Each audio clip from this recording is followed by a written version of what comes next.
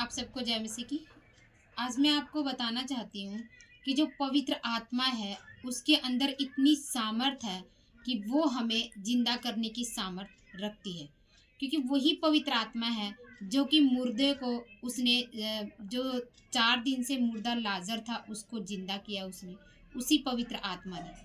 तो मैं आपको बताना चाहती हूँ, रोमियो 8 का 11 कहता है, यदि उसी का आत्मा जिसने यीशु को मरे हुओं में से जिलाया तुम में बसा हुआ है, तो क्या जिसने मसीह को मरे हुओं में से जिलाया वह तुम्हारी नश्वर देहों को भी अपनी आत्मा के द्वारा जो तुम में बसा है जिलाएगा। हालेलुया। ये वचन क्या कहता है कि प्रभु यीशु मसीह जो थे, जो कि प्रभु यीशु मसीह ने अपने आप को क्रूस के ऊपर दिया और वो तीसरे दिन जिंदा हुए। और फिर जिंदा कैसे हुए, इसके बारे में ये वचन बताता है कि जो परमेश्वर की जो पवित्र आत्मा थी, उसी पवित्र आत्मा ने प्रभु यीशु मसीह के मरे हुए शरीर को जिंदा किया। प्रभु यीशु मसीह जो थे वो मरे हुओं में से जी उठे। कैसे? क्योंकि उस पवित्र आत्मा ने उनके अंदर काम किया। तो वही पवित्र आत्मा कहती है कि जब हम मर जाएंगे तो इसके बाद जब हम प्रभु आएगा तो उसके बाद क्या है कि वही पवित्र आत्मा की सामर्थ के द्वारा हम जी उठेंगे, हम स्वर्ग को जाएंगे। क्योंकि हमारा प्रभु यीशु मसीह जो है वो इस चीज़ की तैयारी कर रहा है और परमेश्वर ने कहा है कि जब मैं आऊँगा तब तुम मेरे साथ जाओगे। हालेलुया।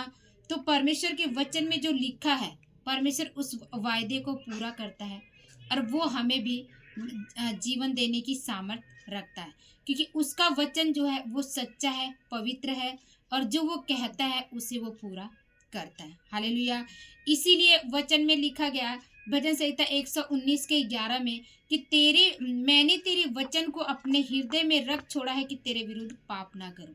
हम पाप ना करें, क्योंकि हम पाप करेंगे तो वो आत्मा जो यीशु मसीह की आत्मा है, पवित्र आत्मा, वो हमें जिंदा नहीं कर पाएगी। इसलिए हमें जीना है, पवित्र आत्मा हमारे जीवन में काम करे। तो इसके लिए हमें क्या करना पड़ेगा?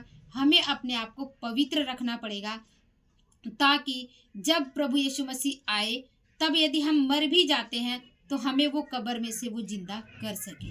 क्योंकि हमारी सच्चाई और हमारी पवित्रता में जीवन जीना ही हमें उस दिन जिला उठाएगा जब प्रभु यीशु मसीह आएगा और सभी को बादलों पर लेकर जाएगा।